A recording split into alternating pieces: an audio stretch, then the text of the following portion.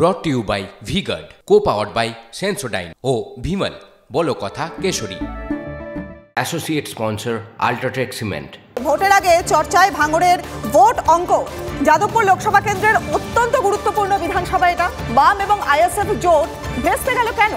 প্রচারে গিয়ে ঠিক এই প্রশ্নে অস্বস্তির মুখে পড়তে হয়েছে বামপ্রান্থী সৃজন ভট্টাচার্যকে। এই নিয়ে ডিটেলস জানবো, আমাদের প্রতিনিধি সিজার মন্ডল রয়েছেন আমাদের সঙ্গে। সিজার,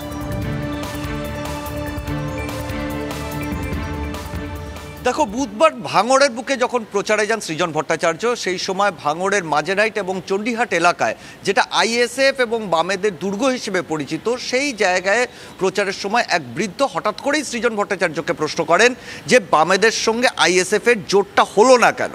এবং সেই জায়গায় কোথাও সেই বৃদ্ধ বিমান বসুকে দোষী করেন এই জোট না হওয়ার জন্য। যদিও সৃজন সেই পরিস্থিতির মোকাবিলা করেন, খুব ঠান্ডা মাথায় হেসেই তিনি উত্তর দেন এবং জোট হলে যে ভালো হতো সেই কথা তিনি স্বীকার করেন। এবং সেটাই কিন্তু ভাঙড়ের কোথাও একটা সার্বিক চিত্র।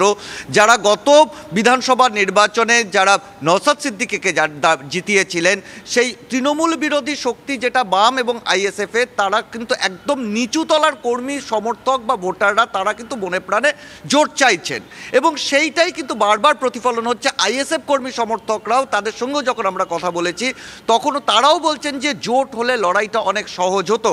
কারণ ভাঙড়ের যে সমীকরণ, সেই সমীকরণে দেখা যাচ্ছে গতবার প্রায় 26,000 ভোটে জয়ী হয়েছিলেন নওশাদ সিদ্দিকী, এবং 2019-এর যে লোকসভা নির্বাচন, সেই লোকসভা নির্বাচনে তৃণমূলের প্রার্থী মিমি চক্রবর্তী যাদবপুর কেন্দ্রে 2,95,000 ভোটে জিতেছিলেন, এবং তার মধ্যে 1,12,000 ভোটের মার্জিন দিয়েছিল ভাঙড়। এবং সেই অবস্থার পরিবর্তন হয় 2021-এর নির্বাচনে, যেখানে তারপরেও সেই জায়গাটাকে আমাকে মেকআপ করে আরও 26,000 ভোটের লিড নেন নওশাদ সিদ্দিকী। এবং পরবর্তী পঞ্চায়েত নির্বাচনে, যেখানে কার্যত নির্বাচন নিয়ে একের পর হিংসা হয়েছে, কিন্তু সামান্য এলাকায় যেখানে নির্বাচন হয়েছে, সেখানেও দেখা যায় আইএসএফ এবং বামেদের একটা দাপট দেখা যায়। আর সেটাকেই কোথাও মনে করছেন ভাঙড়ের তৃণমূল বিরোধী যে শক্তি, তারা মনে করছেন যে জোট হলে এই ভাঙড় কেন্দ্র থেকে সৃজন ভট্টাচার্য বা জোট প্রার্থীকে অনেকটাই এগিয়ে দেওয়া যেত যাদবপুর কেন্দ্রে নির্বাচনে জয়ের ক্ষেত্রে। এবং সেটা বাস্তবে না হওয়ার ফলে কোথাও যে তৃণমূলের একটা অ্যাডভান্টেজ হচ্ছে, সেটা কিন্তু দুই পক্ষই স্বীকার করে নিচ্ছেন। ধন্যবাদ সিজার তোমাকে।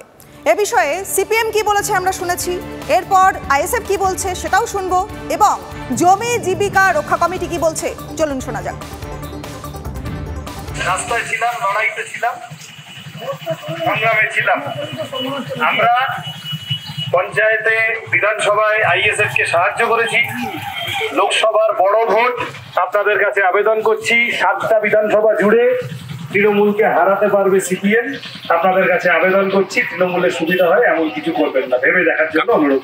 কাকু বলছেন জোট করলেন না কেন? জোট করলে লড়াইটা ভালো হতো। সবটা বিমানবাবুর দোষ না, আমি একটু খোঁজ নিয়েছিলাম, হলে ভালো হতো, আমি তো রোজই বলছি, কিন্তু হয়নি। যখন আপনাদের কাছে আবেদন করে যাব, মাথা নিচু করে আবেদন করে যাব, তৃণমূলের সুবিধা হয় এমন কিছু করবেন না।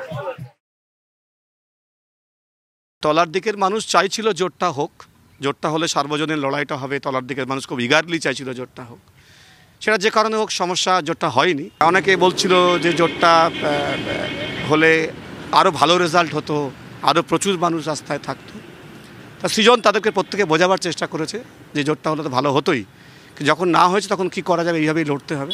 তা মানুষ বলেছে সেটা যে ঠিক আছে, ভোটটা আমরা নষ্ট করব না, ভোটটা আমরা বামপন্থীদেরকেই দেবো, যাতে সৃজন যেতে সেই চেষ্টাই করা হবে। যদি জোট হতো এখানে টিএমসিরই সুবিধা হতো, এখন পরিস্থিতি হয়ে যাচ্ছে। কিন্তু এখন টিএমসির হয়তো মুখে বলছে যে জোট হয়নি, তাদের কিছু নেই, কিন্তু আমি বলছি ওদের মনের খবর নিয়ে দেখো, জোট হয়নি মানে টিএমসির সব থেকে বড় ক্ষতি হয়ে গেছে। জোট যদি হতো টিএমসিরই উপকার হতো। আমাদের হারানোর কিছু নেই, এই ভোটটা আমাদের পাওয়ার অনেক কিছু আছে, কিন্তু জোটটা হলে দুজনেই যখন একে অপরে হাত ধরতাম, জোটটা শক্তিশালী হতো, লড়াইটা দ্বিগুণ হতো। এখন যা সেই লড়তে হচ্ছে, কিছু করার নেই। সেই অর্থে যে কোনো আমরা পরিষ্কার বলে দিচ্ছি যে গণতান্ত্রিক যে বাম শক্তি আছে, সেই বাম শক্তিকে আমরা এগিয়ে নিয়ে যেতে চাই যথারীতি। সে এক অর্থে বলতেই পারেন, মানে এখানে তো সৃজন ছাড়া বাম শক্তি আর সেই অর্থে তো কেউ নেই। তো সেই ক্ষেত্রে আমরা একটা এলাকা ভিত্তিক লোকালভাবে আমরা সাধারণ মানুষকেই বলছি যে বাম শক্তিকেই এগিয়ে নিয়ে যাওয়ার জন্য এবং ভোটটা সেই অনুযায়ী দেওয়ার। প্রথমত বিজেপি তৃণমূল বিরোধী আমরা ভোট দিতে বলছি। ভোটবঙ্গে মুর্শিদাবাদে ফের অশান্তি। মুর্শিদাবাদের হরিহর পাড়ায় টিএমসি সমর্থককে কোপ। বিজেপির বিরুদ্ধে অভিযোগ তৃণমূলকে ভোট দেওয়ায় কোপ মারা হয়েছে বলে অভিযোগ অস্বীকার বিজেপির। ঘটনার তদন্তে হরিহরপাড়া থানার পুলিশ।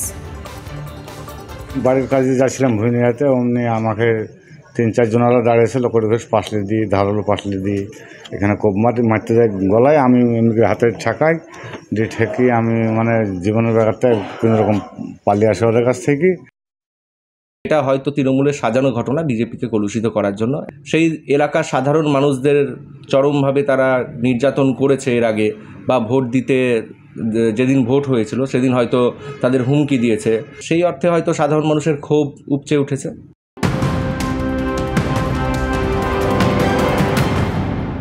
আর এবার নজর রাখবো এই মুহূর্তের সবচেয়ে বড় খবরে। হুগলির মগরা বাঁশবেড়িয়ায় আয়কর হানা।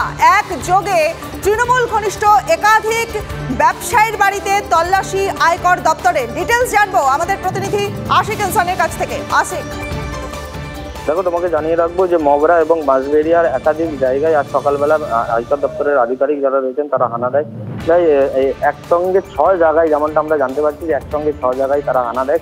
তাই মূলত এই যে যাদের বাড়ি এবং অফিসে হানা দিয়েছেন তারা, যেমনটা জানা যাচ্ছে যে তারা তৃণমূল ঘনিষ্ঠ ব্যবসায়ী, তারা বিভিন্ন ব্যবসার সঙ্গে যুক্ত, প্রমোটারি রয়েছে, তার সঙ্গে তারা বিভিন্ন ব্যবসার সঙ্গে যুক্ত রয়েছেন।